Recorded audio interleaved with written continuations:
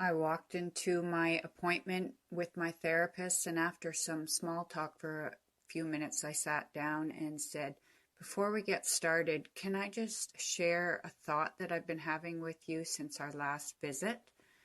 And she said, of course. And at that point I said, I don't want to, I didn't want to hurt her feelings or offend her in any way, because I really was grateful for the work that we had been doing together.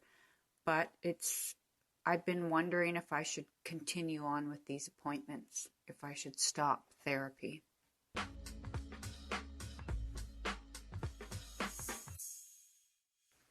Now, before we go any further, this is no recommendation by any means from me to you, the listener, telling you to quit therapy. I am simply sharing my very own personal experience that I feel moved to share. Somebody out there might relate with me, but please do not just stop seeing your therapist because of my experience that I am about to tell you about. Now, just a little bit of a backup story about these therapy appointments. For any of you that is new listening to the Soberoso Podcast, I'm so glad that you're here joining us today. My name is Dora, and I am the host of the podcast.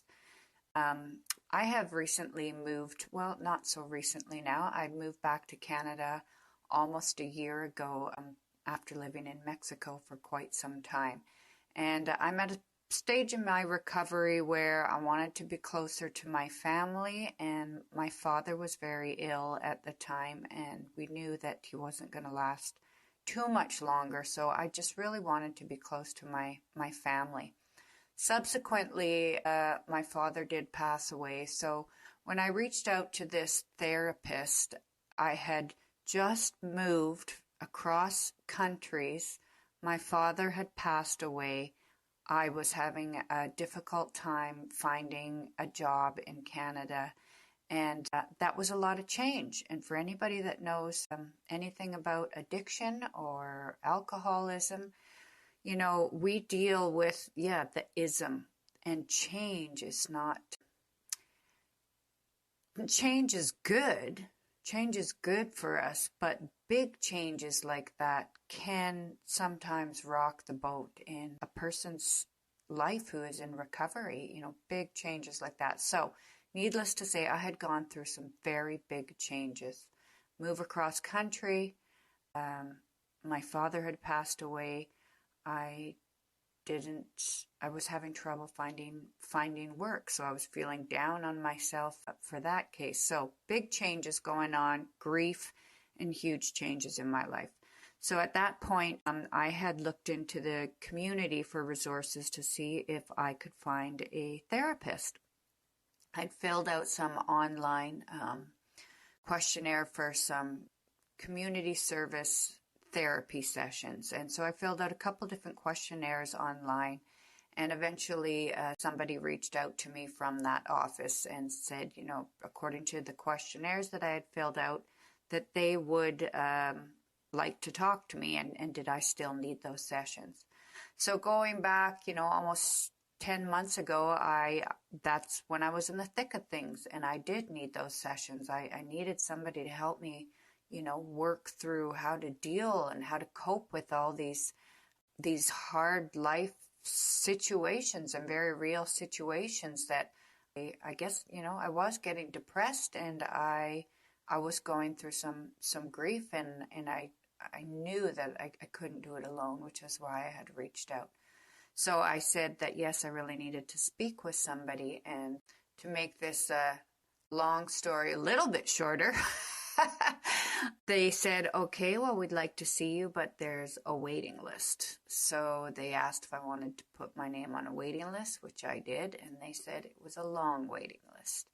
So about 6 months later, I got a phone call asking, did I still need therapy? Now even some more things had occurred in my life situation that were just piling up. So I said, yes, and this has happened, and this has happened. And she said, okay, well, I just want to let you know that you are on the list, and we're not ready for you yet, but you're working your way up the list, and we'll be giving you a call soon. So all that to say, I have been on this list to see a therapist for 7 months. And finally, I did get that call back saying, look, you're at the top of the list and we'd like to see you. Being that I knew I had waited for 7 months to, seek professional help, to seek outside help, when my turn came up, I did not want to miss this. I wasn't feeling at the time, I wasn't in the same circumstance when I originally looked out for therapy. My father's passing had been quite some time ago now, and I wasn't so new to living in Canada. I was working at this point. So, the situations around the reasoning that I looked out for therapy had changed. But I wanted to take advantage of this opportunity after being on a wait list for such a long time.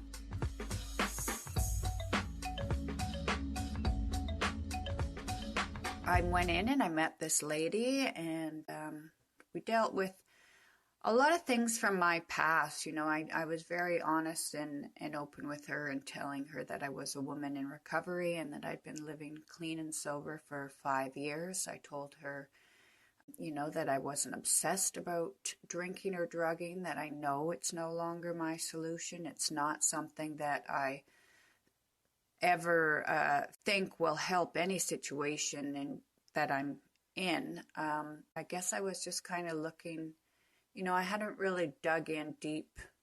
I hadn't really had professional help, and I guess I didn't want to make the same mistakes again. The very first session that I had with her, she told me we were going to have 20 sessions together. And at the first several of those sessions, she would start getting to know me and see what areas we could work on. The first session we had, she was merely filling out a questionnaire, I guess, like probably a standard questionnaire that she asked any new clients. And during that hour and filling out that questionnaire with her, I was shook. I was shook just by the questions that came up. And I was just literally going back, back in history, back in time, years ago. A lot of it had to do with shame that I carried. A lot of it had to deal with, the way I grew up. It had to do with the very toxic relationships I'd been in with men in my past life. And yeah, so, I felt a little sense of relief being able to get some things off my chest with this therapist, some things I had not shared with other people, or, I kind of just brushed under the carpet but never really dealt with. And I just don't want to repeat the same bad patterns. So I spoke with her for that initial hour, and I was bawling. When I left there, I was bawling, and I got in my car and I directly went home. The appointment was at 10:30 in the morning, and I had to shut off everything. I had to shut off my computer. I had to shut off my phone. Like, I was shaken up. And this is a way that I kind of have learned to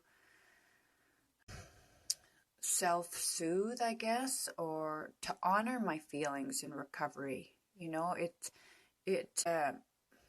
The way I was feeling was not enjoyable, but the way that I honored that feeling of discomfort was and is to allow myself to feel those things. So, I shut everything down, all disturbances down in my home. I turned on like a pink Himalayan salt lamp that I have. I turned on some, light background music. Got a heater in my bed and my dog, and, that's how I needed to comfort myself, to allow myself to process these feelings and thoughts that were dug up on this first visit that I hadn't spoke about in a very long time, but allowing myself to feel those feelings. So subsequently, a week later, when I went back to visit my therapist again, who I really felt comfortable with, I admired her.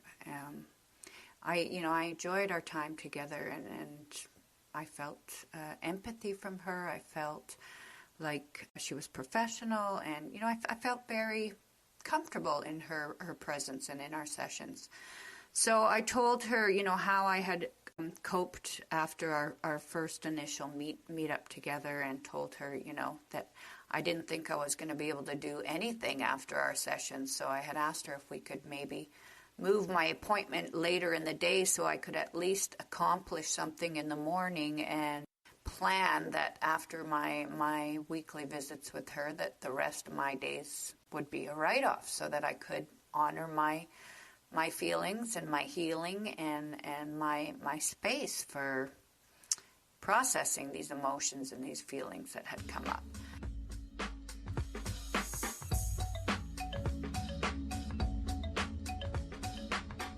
As far as going to therapy can be, she was a lovely therapist. So I continued on with those sessions for a couple of weeks, and they weren't as I don't know that they weren't as drastic as the first one, but every time I left a session, I would kind of have to write the rest of my day off as far as being productive or getting any work done.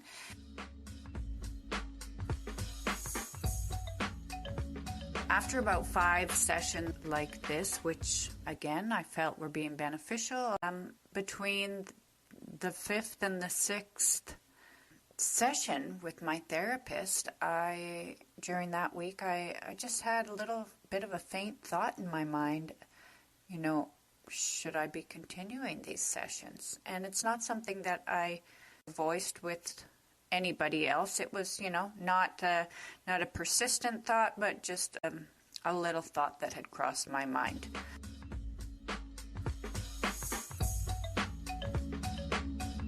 About 2 weeks ago, I walked into her office, and we had this little bit of a chit-chat, small chat, and before we started the session, I said, can I just be honest with you? I want to tell you something that I've been thinking about, and I just want to mention it to you and see what your thoughts are. And so I said to her, I've been wondering if I should continue with these sessions, if I should carry on with therapy. You're listening to Soberoso, a show dedicated to alcoholics, addicts, survivors of abuse, overcomers of great tragedies, and those of us with mental health issues too. Each week, we invite guests and listeners from around the world to listen in as we have casual conversations with regular people like you and me who've, against all odds, turned their lives around. If you're a family member of someone suffering from alcoholism or addiction, a newcomer or old-timer, or sober curious, this show is for you. Join us now on the Sober Podcast with your host, Dora Gosselin, in sharing our passion for recovery.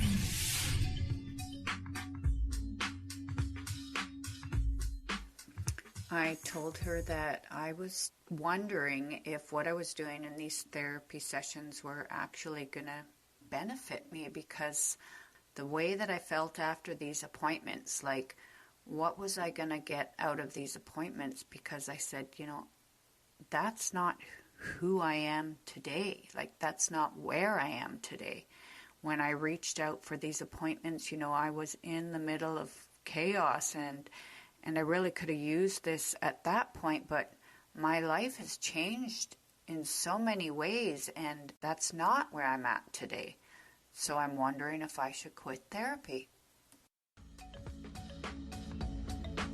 I hadn't really thought through this conversation at all in my head, and actually I'm pretty surprised that I brought it up so early in my session at all, because that's not really like me either. But I didn't know how she was going to respond, and I guess I just wanted to see what she thought about that. And actually, looking back, I'm pretty surprised how her response was. She did say to me, that she wasn't in a position to tell me what I needed to do or how I needed to take care of myself, that everybody's healing journey looked differently. But she did ask me, why I thought that. And I said to her, well,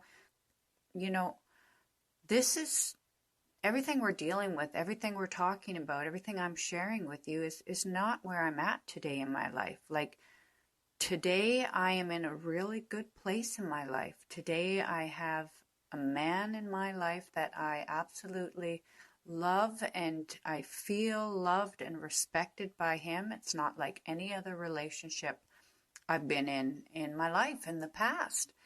And I suppose, like a good therapist, she did tell me, like, it's not about how other people see you, Dora. Like, you can't basically look for validation from somebody else, but it's how you see yourself, and it's being able to love yourself and feel worthy. I told her, well, it's not just this relationship with a man, with my now husband that I feel comfortable with. But another thing that I haven't mentioned to you is that in the past few months, I've also developed and am developing a relationship with God. And my life is transforming. I am, making a conscious effort to read a Bible I haven't picked up and looked at in more than 30 years. I was gifted this Bible, and I have been making it a part of my daily morning routine, and I'm interested. Like, I'm still in awe that I'm even interested in doing this of my free will. I didn't have a plan outlined or suggested of what I should and shouldn't do, but I'm like thoroughly interested in what I'm reading. And I've also been looking at a couple different documentaries. The first one I watched was called Moses, and it was on Netflix, and I was pretty in awe at that. And after I watched that one, which was just a mini series, I think it had 3 or 4 episodes in it, I began watching The Chosen and reading the Bible. Like, some of the things I had been reading were coming up, verses were being quoted in The Chosen, which is essentially, the story of Jesus, and it's a newer series and documentary. I don't know, I just have this new desire and heart that is open and wanting to know Jesus in a more intimate way, in a deeper way than I have in a very long time. I could even say ever, because, most of my deep relationship with God would have been in childhood. So, yeah, the first time as an adult, I'm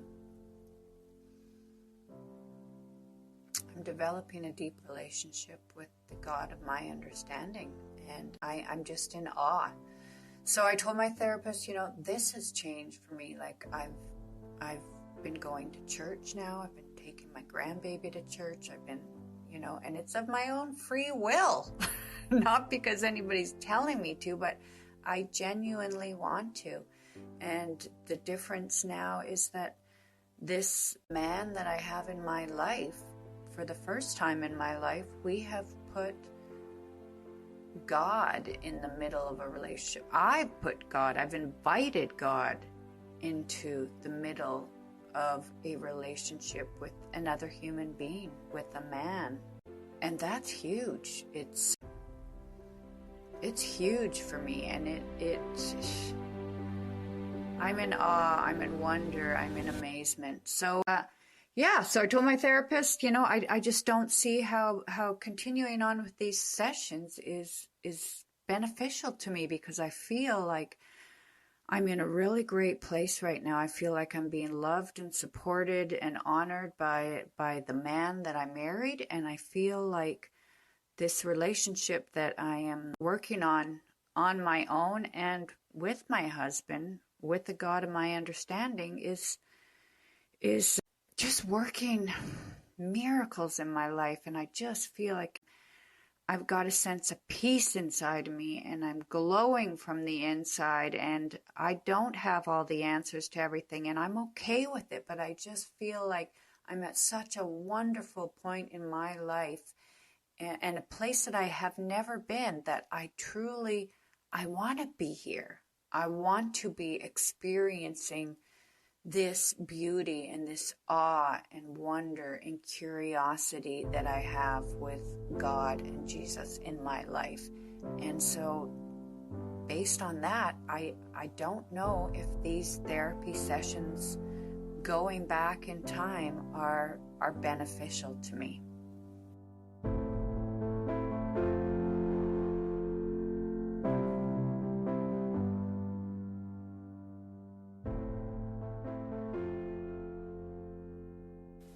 My therapist was, I think she might have been even moved.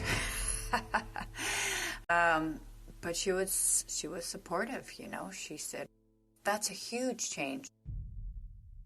I did say to her that I was beginning to understand, you know, that there's nothing I can do to be worthy of God's love. There is nothing as a human being I can do to earn His love for me. But maybe for the first time in a long time, because of these deep spiritual conversations I'm having with my partner, because of going back to church, because of these Netflix documentaries I'm watching and reading the Bible, and this desire to know Jesus in a different way, maybe for the first time in my life I am seeing that there's nothing I can do personally that would make me worthy, but that I am worthy. He chose me, and all I have to do is accept. My therapist was very supportive, and she told me that, you know, healing looks different for many different people in many different ways, and she wasn't there to tell me what I needed to do or how I needed to continue on my healing journey, but that she was proud of me. And so then I basically said, well, I think what's best for me is that I move forward from the place that I'm at and enjoy and experience where I'm at today. And where I'm at today is in a place of love and healing.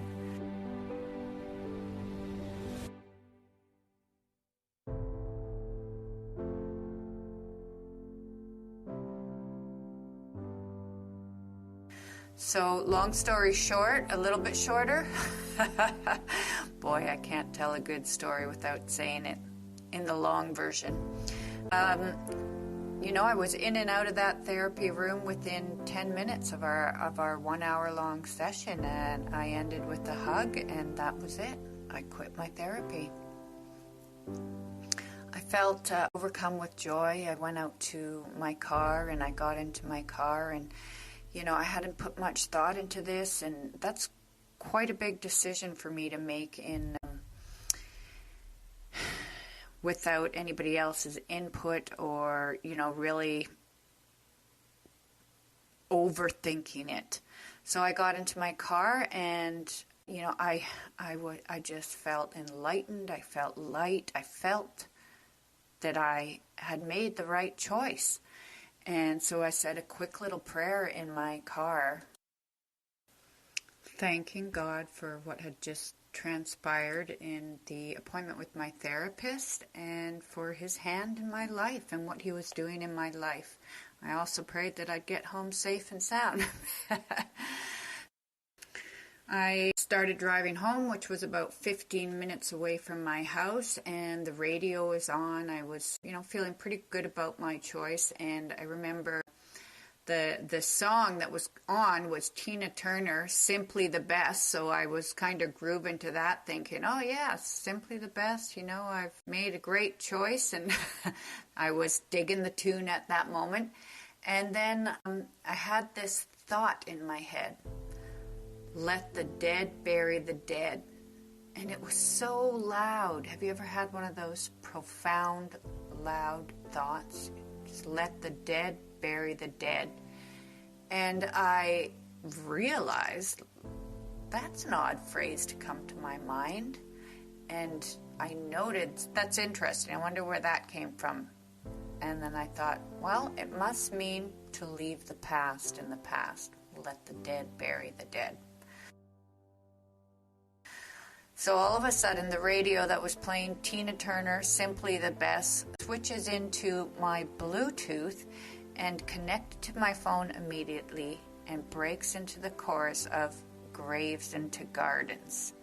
He turns mourning to dancing. He turns graves into gardens. This song has been a recent favorite of mine and very meaningful. And for that thought, let the dead bury the dead, and within seconds, my Bluetooth connecting and the song playing, Graves into Gardens, I felt like if this isn't a sign that I've done the right thing, then what is?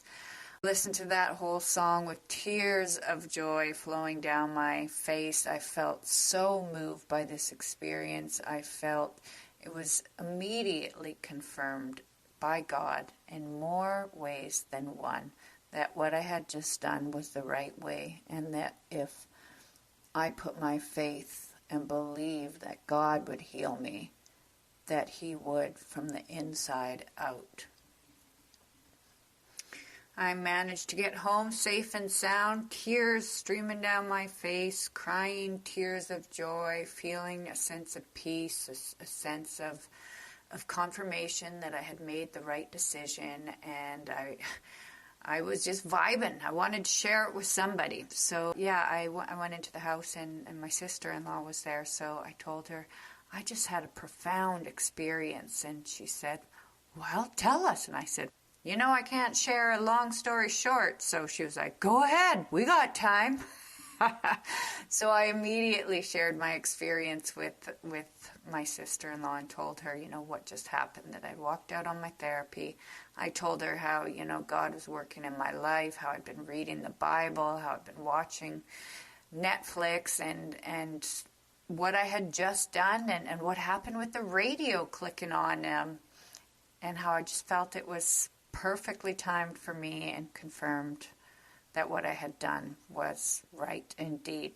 So we were both crying as I told that story, and later that evening my mom came over for dinner, and we were having a little bit of a family dinner, and so I shared my experience with her as well. Again, tears of joy coming down my face as I told her what I had done. And so when I got to the part, then I said, I don't know where this came from, but that suddenly came to my head, let the dead bury the dead. And I don't know why, it was such an odd phrase to come to my head.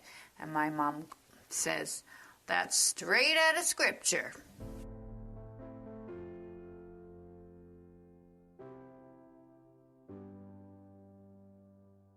Later that night, I finally had a chance to catch up with my husband, and I called him. He said, I can't wait to hear that experience you had. Can you tell me about it?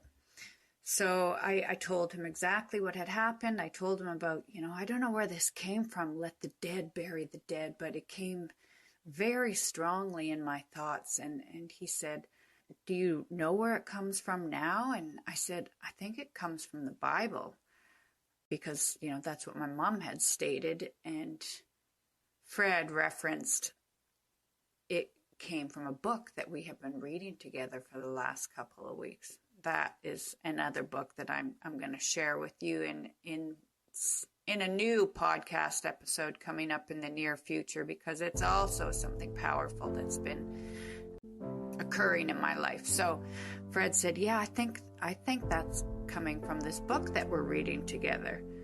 And so I said, well, my mom did say that it came straight out of Scripture. So as I was talking to Fred, I Googled, where in the Bible does it reference, let the dead bury the dead?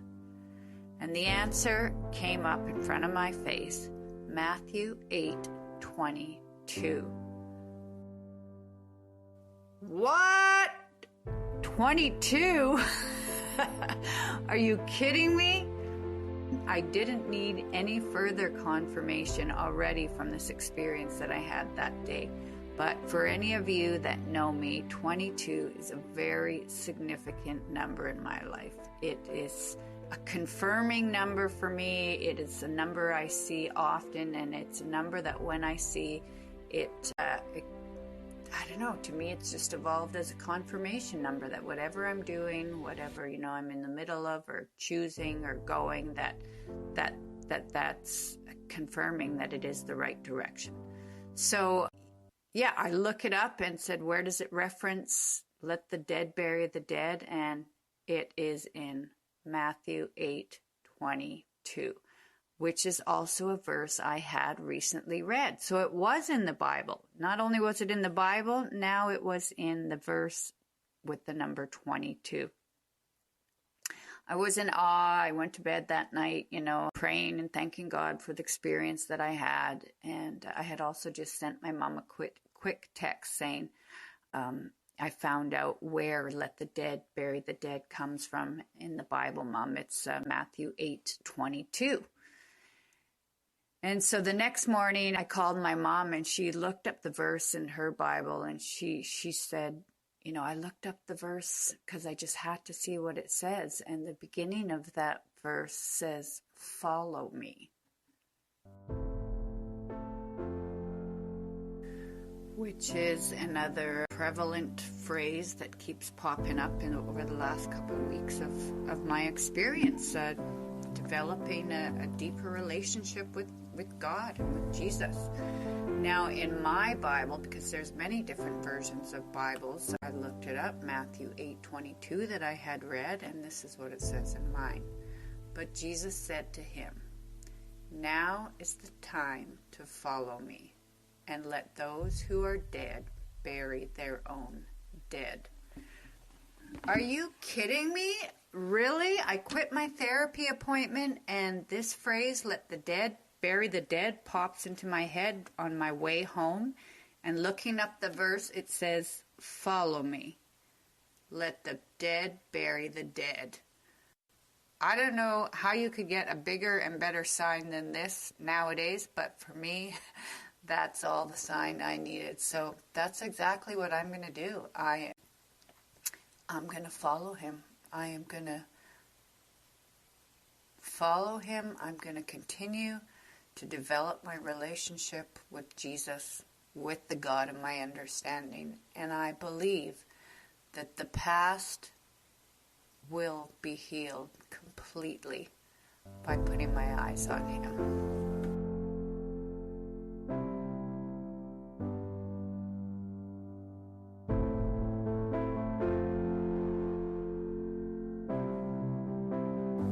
Now, if that experience and all those little circumstances and situations and things that happened for me in my situation weren't enough, this story just continues to unfold and get bigger for me. About 10 days later, which was just last weekend, I was in Seattle and I had gone to a church with my husband that I've only been to a few times, so I don't know too many people there, but I've been there a few times now. And at the beginning, when the worship music began, a woman that I had previously met was leading the singing. And I hadn't been able to say hello to her or anything before the service began, but she was leading the worship music. And 2 or 3 songs into the singing, and Dawn, which is her name, she was strumming her guitar, and our eyes caught, and she mouthed the words, "Hi, Dora," to me with a smile. I waved at her, and I was like, oh, that's so nice. And the lyrics of the song that I hadn't recognized yet began to be sung. And wouldn't you know it, it was Graves into Gardens by Brandon Lee, the song that has been so moving to me over the past couple months, the song that came on the radio after I left my therapy appointment. And that song, I am going to put a link in the podcast description. So if you'd like to hear it yourself, I hope that you do that. So that's a little bit of my story about walking away from my therapy appointment, my favorite number 22, and the way that God's showing up for me in my life today. My name is Dora. I am the host of the Soberoso Podcast. I am also a recovered alcoholic addict. And if you are struggling with addiction or with alcoholism today and you're listening to this message, please know that you don't have to remain in that place of suffering. You can recover. There is a solution. We do recover, and you can too.